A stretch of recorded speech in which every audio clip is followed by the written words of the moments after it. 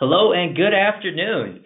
I'd like to welcome everyone to today's webinar, Canada, the Next Big Talent Strategy. Today's session will last for approximately 1 hour, and that includes audience question and answers. This webinar is being recorded, and we will send you a link to download the recording after today's live session. That email should arrive in your inboxes tomorrow afternoon. So please keep an eye out for that. If you don't receive it, just let us know and we'll resend it to you. We encourage you to ask some questions throughout this presentation. We have a lot of good material ahead of us. So if you'd like to ask a question, please do so using the GoToWebinar control box, function box that you see on the right-hand side of your screen. For nearly 20 years, Envoy has been on a mission to fix the frustrating, inefficient, and confusing immigration process. Envoy combines expert legal representation with innovative technology to deliver the only platform that makes it seamless for companies to hire, mobilize, and manage a global workforce.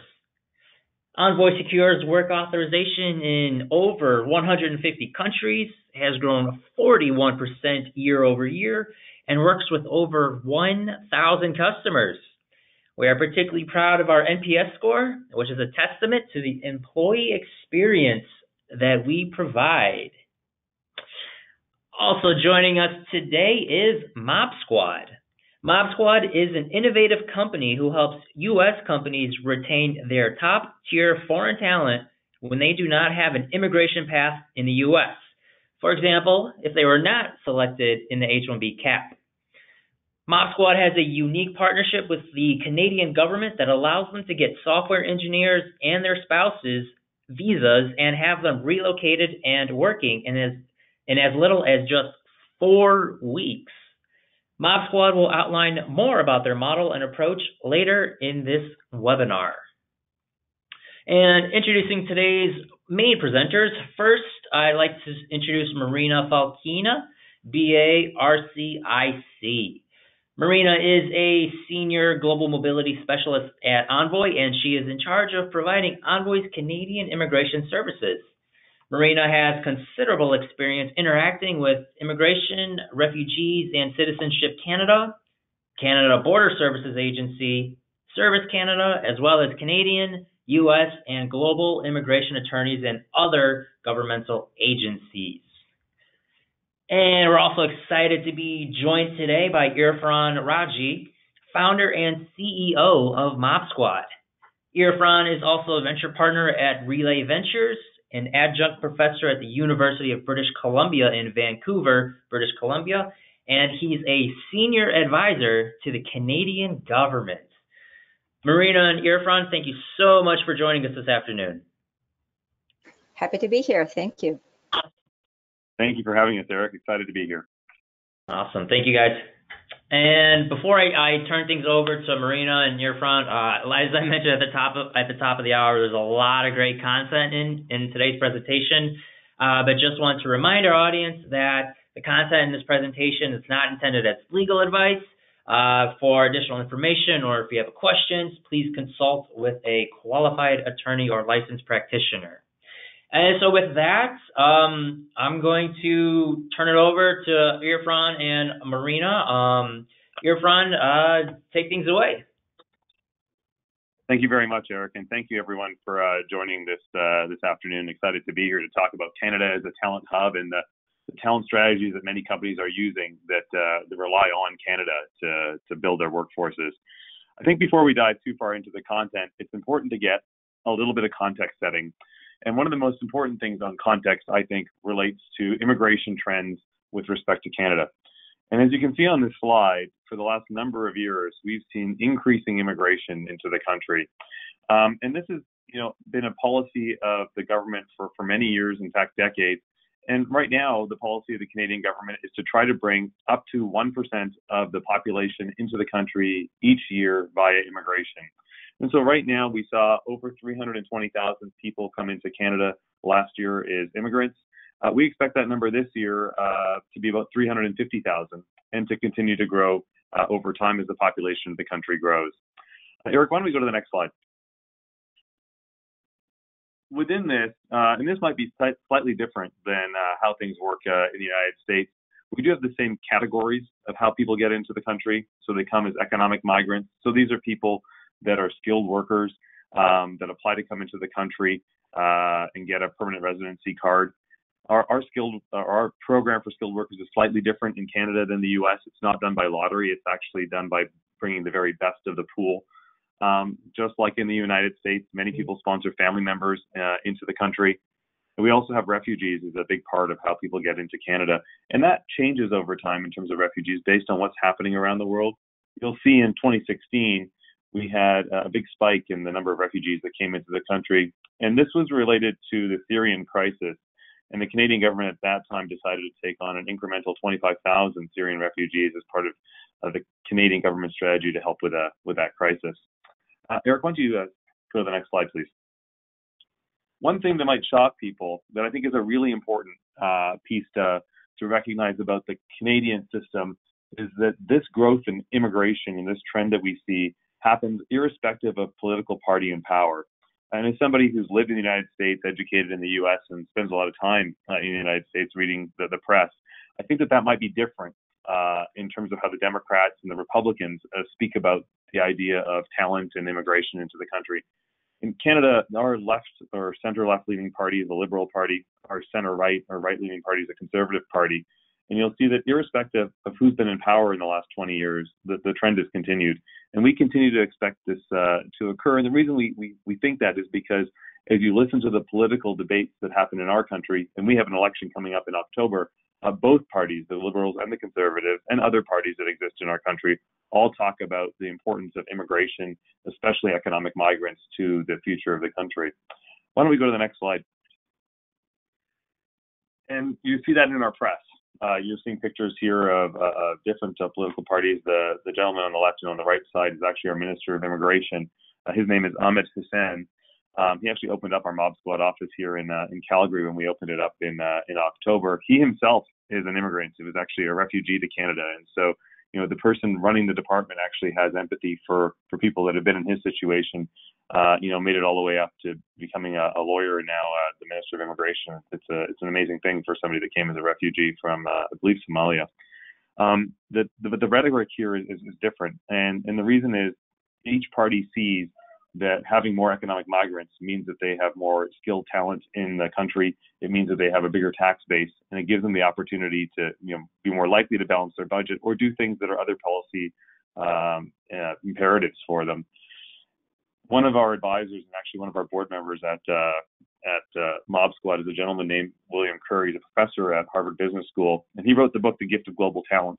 And in that book, he actually talks about the advantage that Canada has of thinking about our economic migrant strategy of bringing skilled foreign workers into the country, and frankly, as many as we can to try to build the country and what that could mean for us as an economy going forward. And so it's just a different context that I think is really important as we talk about Canada is a talent hub. Canada is the place that you can have employees. I think it's important to understand that the background and the context of the people here, both the politicians and the population base, I think is slightly different than what we're hearing and seeing in the United States, at least right now. Why don't we go to the next slide, Eric? So how do people get into Canada? There are really four ways that we see people come into the country. The first is the way that most employers use to start to get somebody in quickly. This is the temporary foreign worker program. This is used across the economy. So you see people that are working in manufacturing jobs or farming jobs or software engineers all applying to get these temporary foreign worker permits. They last for up to 2 years. And it's the easiest way usually for an employer to sponsor somebody into the country. We have economic migrants. So these are people that may be in the country or are outside of the country that apply for a permanent residency card. This is similar to the U.S. green card. And again, like I mentioned earlier, not done on a lottery basis. It's done on in the quality of the candidate application. And so you can get into the country if you're a person external to the country, if you apply and you sort of meet the minimum threshold criteria. Family sponsorship, which we already discussed, and refugees, which we talked about earlier. Marina, why don't I pass it over to you? Thank you. Thank you so much, Irfan. Eric, you want to do the next slide? All right, thank you. So now we're going to talk about probably the most popular way for most Canadian companies to, attract and retain foreign talent is the temporary foreign worker program. And this is the labor market impact assessment, LMIA, formerly LMI, and LMIO. And this is basically a process that allows a Canadian employer to post a job within Canada, locate the candidate, and then file the actual application for a labor market impact assessment, which is essentially a labor market test. It is pure labor market test that shows that, in fact, the advertising was done correctly and that the Canadian candidates, people with experience as per the job posting, were actually screened, interviewed, and as a result, unfortunately, there were no available and qualified Canadian workers who could fill the job. And in this case, labor market impact assessment is issued as confirmed or approved. And with that in hand, the foreign national worker can apply for a work permit. So in a nutshell, this is a very quick overview of the actual process. And in terms of the timelines, because of the job posting requirement under a regular temporary foreign worker LMIA process, it is required actually to advertise for 4 weeks, right? So you can't really start your LMIA application before you've advertised as the employer, before you actually have done through the motions, and there's some rules to follow. And then the application gets filed, of course, with all of the recruitment information. I like to suggest that employers actually do what I call the recruitment chart, to actually provide a very detailed information on their efforts, because that's what the officers want to see. They do want to see that the jobs were posted and to a very wide range of candidates. So it's not limited only to, let's say, one province. So it has to be national in scope. And it's just part of the requirement to advertise as well, and that the employers actually has done their due diligence, that they were genuinely looking at the candidates. And like I said, as a result, unfortunately, they've compared the candidates' background and they were not able to find someone who suited their needs. I mean, we had situations where there were over 200 resumes that the employer received.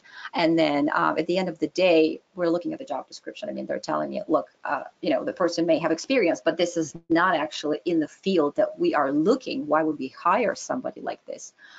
In some cases, employers actually call in and invite people for an interview, and unfortunately, not everyone responds. So, like I said, it is fairly involved, but it is a genuinely a labor market test, and the officers do look at that when they assess, the genuineness of the offer under the labor market impact assessment.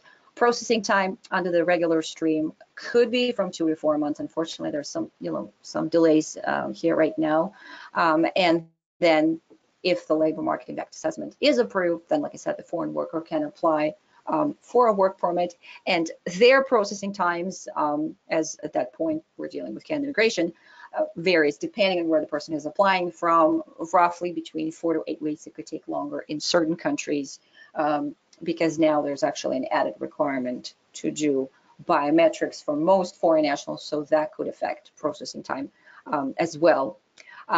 Overall, I would say, 7+ months, 4 to 7 months in terms of the processing times for regular LMIA. That is what you're looking at. Next slide, please, Eric. Now, of course, the path for individuals to apply for permanent residence, when they're not in Canada, when they're abroad, the most popular is, of course, the economic streams, where basically an individual would have to determine if they qualify for PR based on their background, based on their experience, their education. They would actually submit a profile with Canada Immigration, and then they apply for PR, and then they actually go through the PR process. Here, what I wanted to actually kind of focus on very quickly is that to submit a profile under, and this is under the express entry, a lot of people think that by submitting a profile, they're actually submitting a permanent residence application. But no, when I talk to clients, I always say, when you're submitting your profile under express entry, when you've done your points calculation, and you know that you qualify under one of the streams. When you submit your profile, you submit your quote unquote resume. So you're presenting yourself, and you are being entered into the pool of candidates. So in other words, you're out there, your information is accurately provided. It's very, very important to have your actual information regarding your English test and regarding your education, credential assessment, and foreign education, and so forth and so on. It is your it's your business card, right? It's your resume. It is who you are. It is your background, because based on that, the system will actually check, select, and based on the next round of invitation, you will either be selected under the express entry if you have enough points, and you will receive an invitation to apply.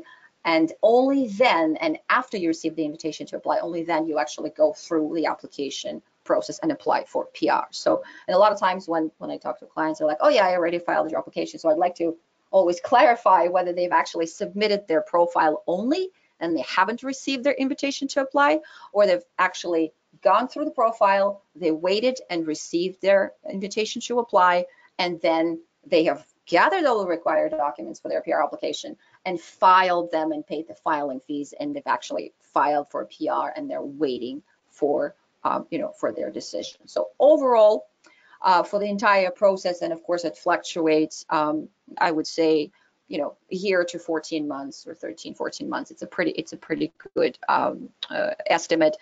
And it's sometimes difficult to predict when you're going to be selected, or if you feel pretty comfortable, you have enough points, because it does depend on how often the government is going to issue their what they call rounds of invitation. They typically happen twice a month, and you can kind of gauge to expect within a week or maybe 2 weeks to receive some sort of a indication whether or not you have been selected to apply for permanent residence. Next slide, please.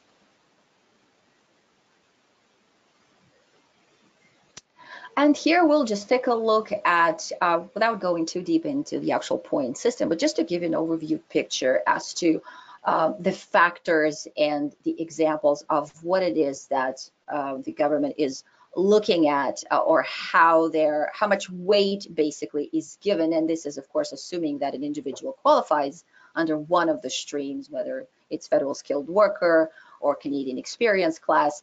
So let's just assume for a minute that a person does qualify under a federal skilled worker with over 67 points, which is one of the streams. But then we want to know if this person actually has good chances of being selected for PR under the express entry. And this is where we will actually see that having those extra points for employment in Canada, for the offer of employment in Canada, really could make a difference for some individuals. Yes, you could be young, between ages of 18 and 35, and you will get your points awarded, which is pretty heavy there. Yes, you could have master's or bachelor's degree, and you could have your educational credentials assessment done. Maybe you graduated from a university in the United States and you've got your MBA. Wonderful, you've got your equivalency there. Of course, you've got your excellent English language, and you've got your results, whether it's the the British Standard Language or if it's a Canadian CELPIP. So those are the categories. Yes, you might have some foreign experience. You could also have a spouse with foreign experience and good language skills as well. But then it may not still be enough, even if you qualify under the federal skilled workers. So having the Canadian work experience combined with your foreign work experience is certainly a huge, huge help. I mean, I literally was just doing the assessment the other day, and unfortunately, without the support from the Canadian employer, an individual with an MBA did not have enough points in order to be selected under the express entry.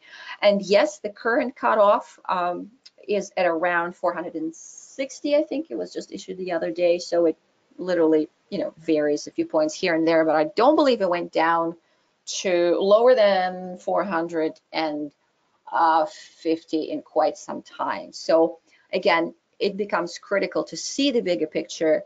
That combination of factors really, fall into place, and that the employment in Canada and support from the Canadian employer is one of the very, very critical factors, because it does give an extra 50 points up to the applicant. Next slide, please. So the two, the two new enhancements to the Canadian immigration system, it really, what we've seen here is that under the Global Talent Stream, which we're going to talk in a few minutes, it's a program that it's a pilot program that is still under the temporary foreign worker stream, that basically allows for a much faster, much tailored to the employer's needs, ability, to bring in foreign talent in specific areas, and the express entry permanent residency that I briefly went over in terms of how the process goes, because it allows much faster processing in terms of filing your application and receiving the result from the Canadian government. Next one, please. Now, the Global Talent Stream, what are we talking about here? If this is our regular labor market test where we need to post a job in Canada, we have to file the application, we know the process. So what happens with the Global Talent Stream is that one essential element is basically being dropped. It is the recruitment requirement, which is extremely attractive for a lot of companies, because, to be honest, the search for candidate could go on for months, if not years in some situations. So the companies are doing already quite a bit, and the way they need to do it. So the government thought, okay, well, maybe we don't need to actually dictate the employers how they should advertise in certain specific shortage areas. So please, next slide.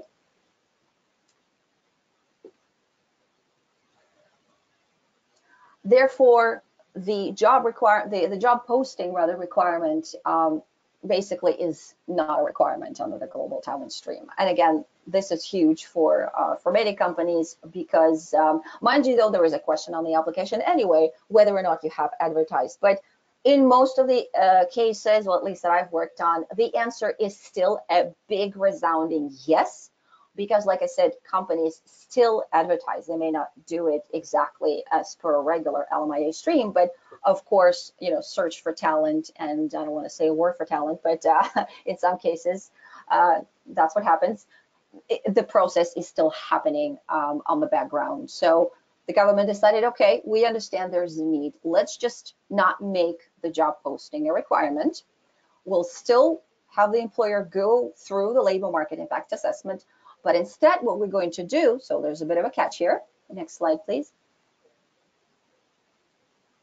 We are going to work with the employer and develop a very robust, very detailed and tailored to the employer labor market benefits plan. And this is where you are clearly seeing the drop in processing times, where you're skipping the 4 weeks for the advertising, because you don't need to do this step.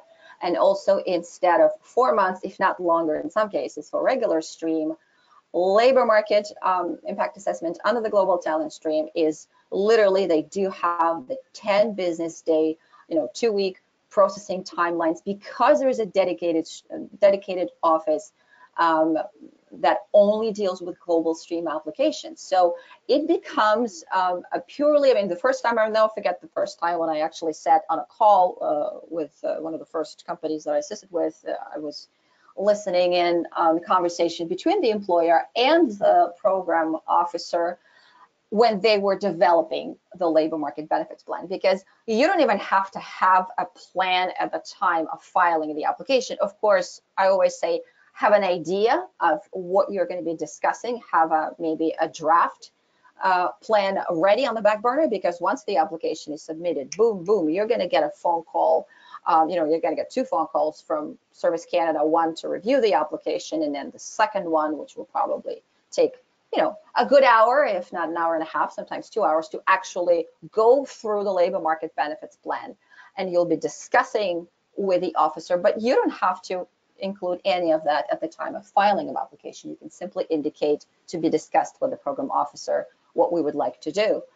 So to me, this was really a key change in how they've approached the process. And when I've sat on the initial call with the program officer and the employer, I was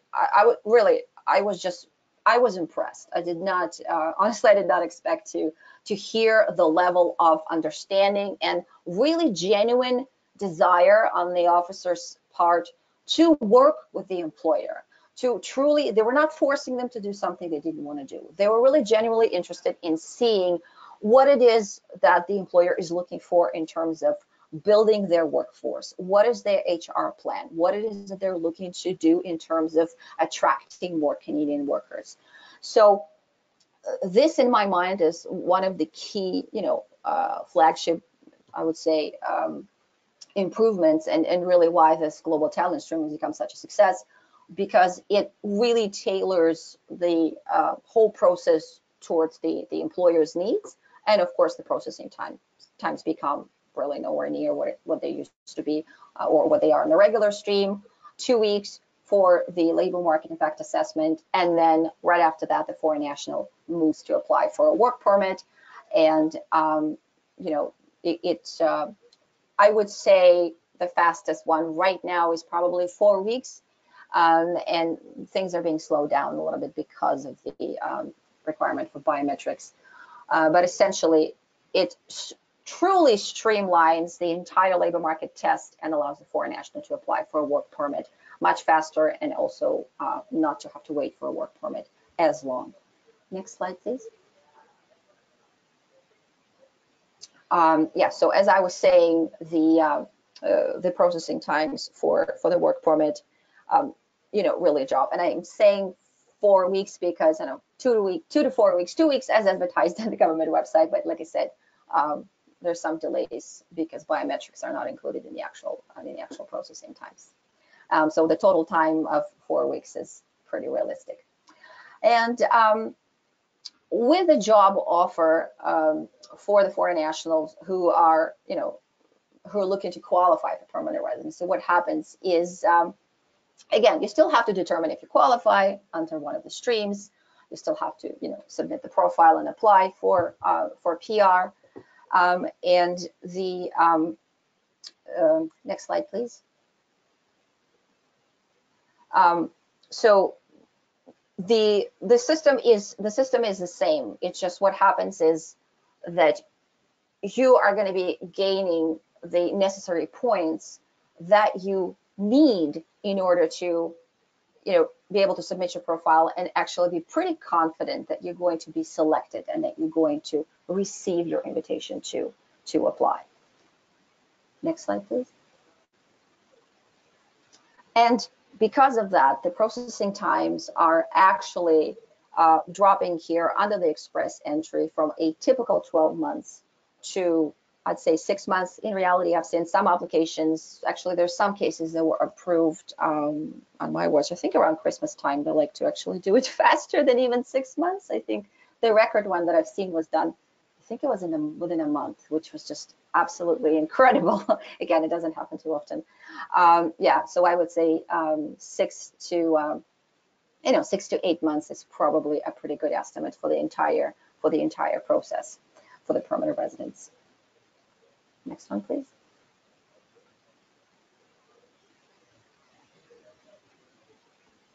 So this is Irfan again. Thank you for walking through those programs, Marina. We obviously use them at Mobsquad, so have high familiarity working with the Envoy team on those structures. What we see from our clients is it's not just this global talent stream and express permanent residency, effectively the Canadian green card, that makes being in Canada attractive. There's many other things that make starting an office or a subsidiary in the country compelling from a business perspective. The first is, once you're here, your ability to get talent from around the world is greatly enhanced because of these programs that we have that are tied to skill-based workers and not a lottery, and frankly, from what we can see, aren't capped. And so instead of using San Francisco or Chicago or New York as your talent pool and then trying to pull in foreign nationals through the H-1B process, you're actually going to use the entire world as your talent pool because you have high confidence that skilled workers can can easily get into the country. And as Marina outlined, we often do it in under 4 weeks. In fact, we've had a visa turned around in 24 hours. Not normal, but possible, because the incentives of the government are such to try to get more economic migrants into the country. The second thing is, if you think about having an office offshore in China or India or Russia or Ukraine or Brazil, which is typical for software engineers, it's just much further away, so you're not as proximate to your team.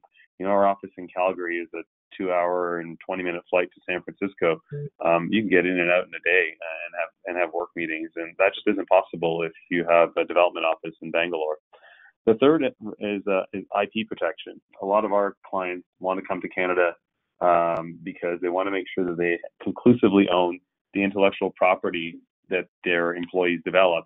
And if you have contractors or even employees in certain markets in the world, places like China and India, that can be fuzzy sometimes. And when you look at intellectual property for software engineers being the only asset of many of these firms, that's a risk that a lot of people don't want to take. In Canada, the IP laws are really congruent with the United States, and there's conclusive ownership of intellectual property developed by employees for their employer. The fourth thing is, because of the value proposition that you can offer potential employees, you can often get talent that otherwise wouldn't come to you. And the biggest piece of the value proposition isn't just getting a work permit in Canada. Once you've got your permanent residency card, it's 3 years to citizenship. And so, most of our software engineers are on a path where they're in under 4 years going to be Canadian citizens. And when you call people in certain parts of the world, that has a huge attractiveness that allows us to have people come here that otherwise wouldn't maybe go to the United States because they recognize they would be on a visa treadmill, and maybe that's not as appealing. But it is pretty appealing to know that if you come work in Canada in 4 years, you could be a citizen here. The fifth thing is, because of how the global talent stream process works, we're able to get the spouses of our sponsored employees open work permits when we apply for the global talent stream temporary foreign worker permit. And given some of the conversations that are happening right now in the United States with the H-4 EAD maybe going away, this is really compelling to a lot of folks that are married or have families. And the last is the cost of living in Canada is substantially lower than most markets in the United States. Eric, why don't we go to the next slide, please? So it's not surprising that we see a lot of very large companies building offices in Canada. Some have been here for a while, like Google. Some have been more recent, and some are making announcements now. And they're doing it for all of the reasons that we've just discussed.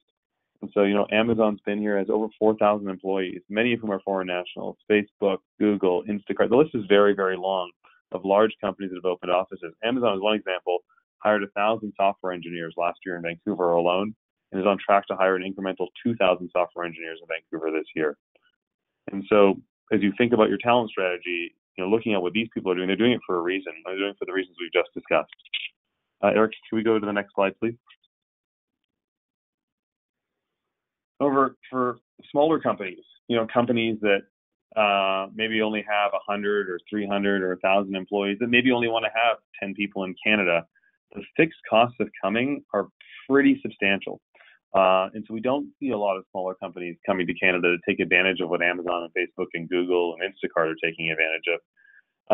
You have to start you have to start a subsidiary and create a tax structure and a legal structure that goes cross-border.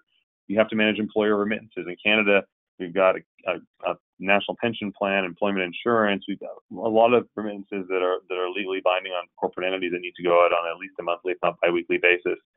You have to find a benefits plan for 5 people, and the cost of doing that when you have a small group is incredibly high because health insurers don't want to take the risk of having exposure with a very small group because you don't get sort of the portfolio effects of a larger group of employees. You have to find a place for these individuals to work. You have to go through sort of the administrative burden of board meetings. Finding a board has to have a Canadian resident on it. And, materially, for the things that we just talked about, if you're going to bring foreign nationals in, you actually have to honor your commitments to the labor markets benefit plan. And that includes hiring Canadian citizens, includes hiring interns, it includes doing local market training. And that's just really complicated, to commit to if you have a small team, to do, because you probably don't have somebody on the ground to manage that. And frankly, to actually be able to honor. And so there's a series of hurdles that make scale ups or companies with less than 1,000 people interested in coming to Canada. And that's really, if you go to the next slide, Eric, that's really the value proposition that we put together with Mobsquad. We actually are backed by the Canadian government. They're one of our funding partners, as well as many provincial and municipal government as well, because they saw that there was this need for smaller companies to try to access the tools of the global talent stream and express entry. And they thought that the model that we created would help do that. So we wouldn't just be attracting, skilled workers that are working at Google and Facebook, but we could attract skilled workers that are working at companies that maybe only have 5 or 10 Canadian employees, maybe only have 500 employees globally. And so what we do at Mobsquad is we create a contract with our Canadian entity, Mobsquad, with our U.S. technology clients. We then hire talent either from around the world for them that we bring to Canada on their behalf so they can build up their teams, or if there's challenges with visas like an OPT expiring or an H-1B renewal that was rejected, we hire those people. We become the sponsoring employer as Mobsquad. We fulfill all of the promises to the government in the labor market benefits plan of hiring other Canadians and making commitments to the local market. We put them in our offices. It's white glove service. We pick them up at the airport. We work with Envoy to make sure they get all their paperwork processed appropriately. We, feed them breakfast and lunch every day. We treat them like, they're working in Silicon Valley. They just happen to be working in Canada. And we help them become Canadian citizens. While we have them on our payroll as a sponsoring employer to get them into the country, we actually contract them back to our U.S. client on an exclusive basis. And so we take care of all the administrative burden, but all of the control and direction and intellectual property ownership goes back to our client on a continuous basis. So for people that want to hire fewer than 20 people in Canada, or have an issue with 1 or 2 employees that they want to retain on their payroll, they want them near, short, and proximate, they want them in an IP-controlled environment, they want them to maybe be compelled by getting a Canadian passport, they don't want them to go back to a place like Ukraine or Russia or Brazil, we become a solution that becomes compelling. Next slide. Great. That brings us to the end of the main presentation. Marina and Irfan, thank you so much for that. Marina, that was a lot of helpful information on the global talent stream and everything, and Irfan, a lot of helpful information just kind of on the Canadian landscape. That was really interesting. So as we see on this slide, that's going to bring us to our question and answer session. We're at about 1:40, so we'll have the remaining time to answer some questions. So if you have any questions for Marina and Irfan, please feel free to ask. Type those questions in, and we'll start getting there. So as we wait for some questions to roll in, I just want to kind of go through some of these final remaining slides. We have 2 webinars coming up next week. Hope you guys can join us. I'm going to be going over immigration policies during times of political uncertainty, and then government immigration data, how to use it, and why it matters. To ensure that you receive the latest webinar and content invites, please subscribe to our mailing lists. And finally, we have SHRM and HRCI continuing education credits that you can copy down. These will also be included in tomorrow's follow-up email. Okay, so Irfan and Marina, I'm gonna ask the questions. I'll leave the floor open to you two. So whoever wants to tackle it first, or if you have something to add, feel free to. So without further ado, is there an annual government cap on the number of people who can use the global talent stream? And then the second part of this question is, are there any limits per company?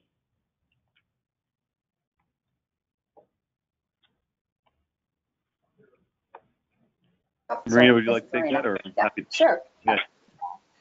No, there is, this is not the United States, so we don't have, there's no cap when it comes to global talent stream, because like I said, the program is really built to assist the companies, that it fits their bill. And when I talk to employers and we discuss the global talent stream, I really want to get the feel for whether or not this is a good fit for them. And as Irfan was saying, that if it's a smaller company and they're not able to fulfill all of the commitments and all of the activities because that labor market benefits plan, it will be heavy on the employer. So if they don't have the infrastructure, if they are, I would say, not looking to grow internally, if this is not their plan from the get-go, then I would say that would be hard. But to answer the question, no, there's no cap. Then the second part of the question was regarding if there was a limitation on how many people could be brought in. Was that the question? It was, are there any limits per company? If you want to maybe share your experience, because I understand you have a plan that covers quite a few occupations, quite a few people that you can actually bring into Canada under the program. If you want to share your experience in terms of that. Yeah, there are technically no limits to how many people any one company can bring in. But as you scale and bring more foreign workers, your commitments to the labor market benefits that you're bringing to that local market also scale basically pro rata. But we have discussions with our officials with the Canadian government that we work with. And we're part of something called the Dedicated Service Channel, which is actually a further enhancement under the Global Talent Stream, where we have our own immigration officer. So his name is Scott, and he's pretty aware of where we're trying to take our thinking as a company to help all of these American companies that are struggling with their talent challenges. We're talking to them about hundreds of people and in different markets. And so, for most companies, especially all of the Mobsquad client companies, this is not a limitation that matters. Gotcha. Other than express entry, what are PR options in Canada? I mean, of course. Maybe when I can. Go ahead. Yeah, go ahead. Go ahead, Marina. I was simply going to say that the express entry is really a system, to select PR applicants, right? So it's not, because a lot of people confuse it with a program. So express entry is just a system to select PR applicants. So if we're talking about specifically options for qualifying for PR, so we've got Canadian Experience Class, we've got Federal Skilled Workers, we have, provincial nominees, or each province would have their own, program to attract foreign nationals who are looking to qualify under permanent residence. Then of course there's family sponsorships where spouses would sponsor, Canadian citizens would sponsor their spouses and children or grandparents. So there's different programs depending on what the person might qualify under. Go ahead, Efron, if you wanted to add something.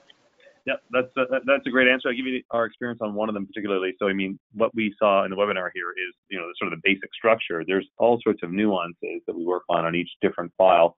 One that we're working on with the Canadian government now specifically ties to some people that we're bringing to a city called Halifax, which is on the east coast of Canada. It's about an hour and a half flight from New York and Boston, where they're working on an immigration pilot there. That as Mobsquad is the sponsoring employer of the individual, the point system that you saw us talk about earlier in the webinar actually doesn't apply. So long as we say we've hired them, we think they're a good person, we actually guarantee that they will have the ability to apply for permanent residency. And so there's little nuances and spots that we can be thoughtful on as we think about bringing people into the country. Gotcha. Thanks for answering that.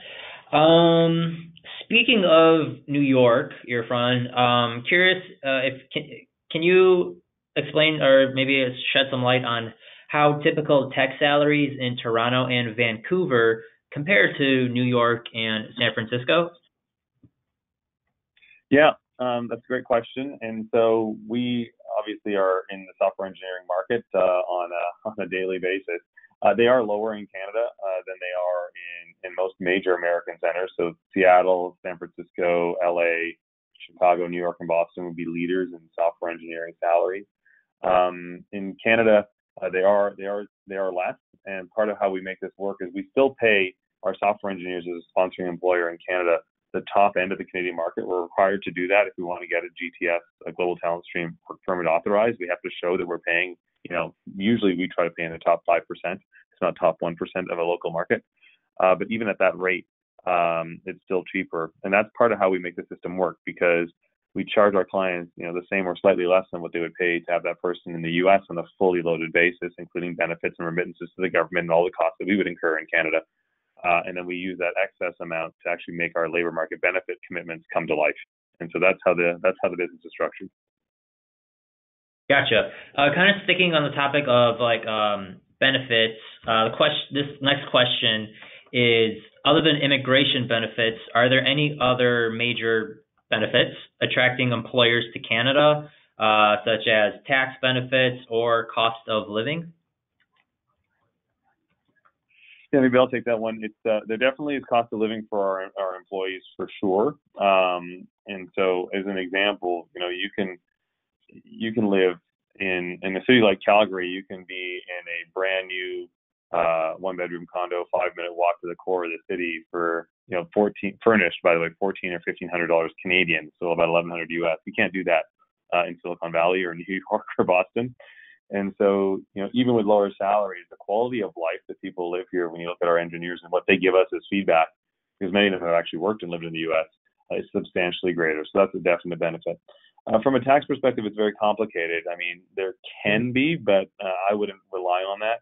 I mean, the real other benefit is once you have sort of decided to have a subsidiary or a virtual subsidiary via Mobsquad in Canada, you actually open up the world as your talent pool.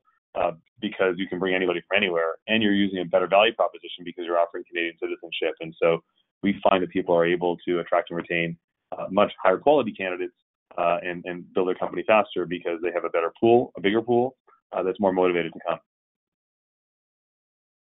Great. Marina, I'm going to turn to you for this one first.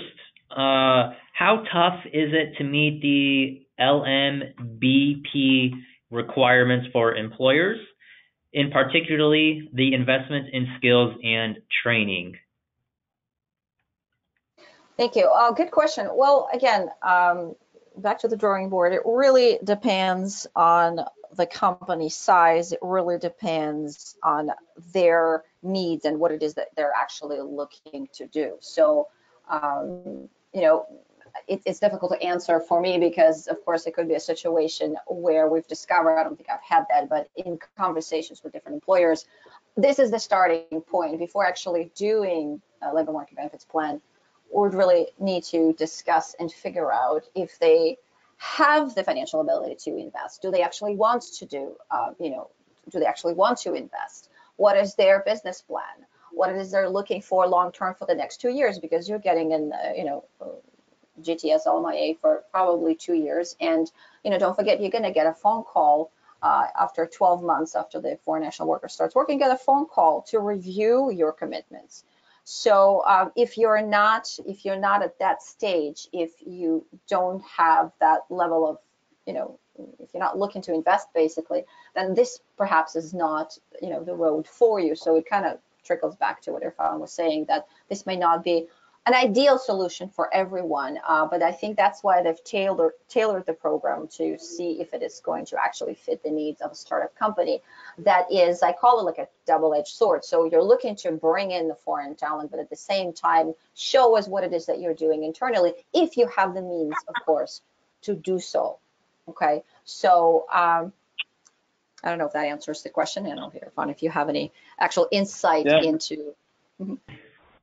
The biggest challenge is not even, in my opinion, it's not even the cost of it, because I think you can make that work. It's the administrative complexity of doing it. So I'll give you a couple examples of things that we've done that are part of our labor market benefits plan. A couple of months ago, we invited a number of university students from the University of Calgary to our office to talk about careers in technology. One of the things that we said we would do is create a bridge between, software companies in Calgary and students at the university to help them understand the possibilities for their careers. So we had 100 university students show up, and we had to bring people in and catering and the rest of that to do that. Another commitment was to bring leading thinkers from around the world into the market so that we could have open sessions for the entire technology ecosystem here. So we flew in the founder of Siri to come here and do a big public lecture. These things obviously have costs, time costs, but they're administratively complex. And if you want to bring in 2 foreign nationals and have to do all these other things, and I've hired 5 interns this summer, and I've got there's all these things. How do you find them? You got to post for them. You got to show that you hired them. You have to show the paperwork, because when you get the phone call, if you haven't done what you said you were going to do, you're no longer eligible to do anything here. And so that's the hard part. It's not the things you can do, and you can pay for them, but getting them done is difficult. Great. Marina, I'll turn to you first. Irfan, you can jump in as well. Are there any job roles or skills where the global talent stream cannot be used? Yeah, that's right. Good question. Yeah. Yes, because it is limited. It's certainly limited to mostly IT occupations, such as computer systems analysts, software engineers, actual IT managers. I believe there are a few others, but there, of course, it is unfortunately limited. I'd say targeted specifically to IT industry. Gotcha. And then just going through the list of questions here. In Canada, or is there a dual intent visa such as the H-1B in Canada? I mean, there is what's called a dual intent LMIA application, which, don't confuse it with the global talent stream, because think of global talent stream as your really, it's your ticket to faster processing of an LMIA for temporary purpose, right? So if you have someone, you're bringing them in for 2 years and you want it done fast, well, as we've discussed and as Efron just mentioned, it is sometimes difficult to actually commit to certain things because it will be time consuming, it will be taxing on the employer. So, but let's assume you're going to do all of that. That is the global talent stream. It's an LMIA, but it's still under the global talent stream. Now, if you are specifically looking to support foreign nationals, permanent residence application at the same time as filing the regular work permit, so it's a dual intent LMIA. In other words, you're saying, yes, we're going to support the permanent residents. We're going to be hiring the person not only to work for us temporarily, but also to hire them permanently to work with us. That would be a stream, but it's a regular LMIA stream in support of PR, where recruitment would be required, or it's a separate stream. It's a separate stream that was designed specifically for situations where, number one, there is no fast opportunity, probably because of the limitations of occupation, right? Let's say you've got someone who is at the technician level and the occupation is not on the list of occupations for global talent stream. And unfortunately, you can't take advantage of the 2-week processing time for LMIA and then, 2 to 4 week work permit. So, and the person is overseas and you're thinking, okay, well, let's see, we are experiencing a shortage. Let's see if we can do this labor market test with the heavy recruitment and actually request the government to approve it as, like I said, it's a dual intent LMIA, both for a work permit and then to allow the person to come to Canada, start working, and then so they could claim, sufficient points for their permanent residency. Again, assuming they qualify under one of the streams. So yes, there is such thing as a dual intent LMIA process. Gotcha. Thanks. Irfan, curious if you can walk through a couple of successful case studies on how Mobsquad's program works. Sure. I'll give you 2 very quickly. I'll disguise the client name just because of confidentiality reasons. About 9 weeks ago, we had a client call us and say that they had a critical employee of theirs who was a key software engineer in artificial intelligence, whose optional practical training visa, the OPT visa, was expiring in 4 weeks. And then he was a Middle Eastern descent and national there, but went to school in the U.S. That's how he got the OPT in California. And they wanted to keep him. They wanted to have him ideally in Canada if that was possible, because that's as close as they could get him to being close to their San Francisco office. And so we picked up the file, and in under 4 weeks, he moved to Calgary. We put him through the exact same system we showed you on that earlier slide, where we became the sponsoring employer, contracted him back specifically to his company he was already working with, and he now works here in Calgary doing exactly what he was doing before, using the client's email, client's hardware, but sort of happily relocated in Calgary. And we'll file for his PR here in the next few weeks and try to make him a citizen. Another example just happened, just 4 weeks ago. A client in New York was really struggling to find some .NET and Java developers in that market. So we have a database, a virtual database of 30,000 people around the world that are interested in moving to Canada that have very high in-demand skills. We went into the database and we found 20 people that aligned with the job description criteria. They interviewed a number of them. And then this morning made an offer to one individual who will now move to Halifax, actually, probably in the next 4 weeks. Great. Speaking of permanent residency, I guess this may be final question because we're at the 1:56 hour. So, are there any nationality-based caps or delays in applying for permanent residency?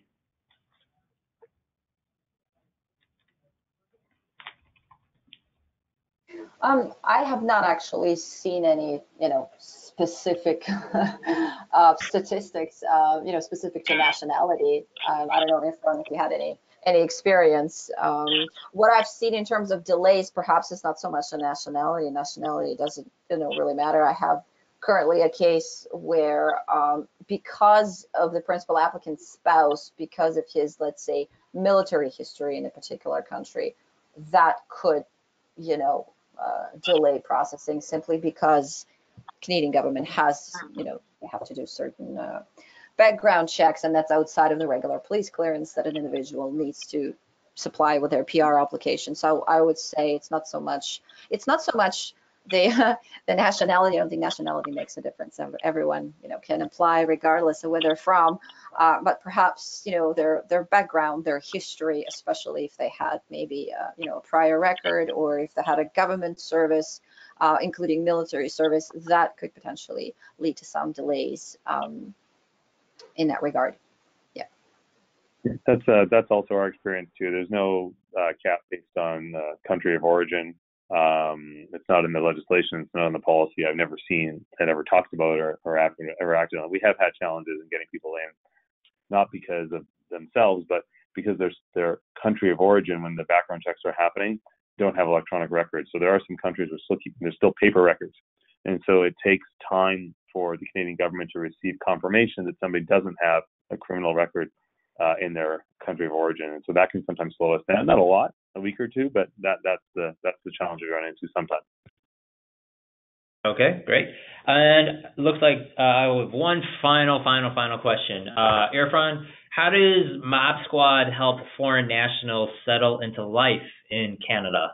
It's a great question. It's a huge part of our service. We kind of take care of everything for these people. I mean, they really are amazing. Software engineers they're rock stars to us. We help them get through, obviously, immigration. We pick them up at the airport personally. We help them find housing in Canada that ties to, what's good for their family. We get their spouse that work permit we talked about. We help their spouse find a job if their spouse wants to work. We help their kids get into the right schools. We get them private banking. We kind of take care of everything such that it's very, very simple and smooth. When we have visiting engineers that are coming up to see their colleagues here in Canada, so these are engineers that are working in the U.S., have a visa to work in the U.S., but want to have a meeting up here. The feedback we get on how we treat our staff here is pretty strong, and a lot of people go back and say, hey, it'd be interesting if I could work there actually permanently. And so that's a huge testament, and we think that's the service level that we aim for. Awesome. And well, that's going to bring us to the end of today's webinar. Marina and Irfan, thank you so much for the main presentation, and that was a really great Q&A session. To our attendees, once again, this webinar is recorded, and you will receive a link to download and view the recording tomorrow afternoon. You'll also be able to download the slide deck. And yeah, hope everyone has a great rest of their day. Have a great weekend. Irfan, Marina, thank you so much for joining us this afternoon.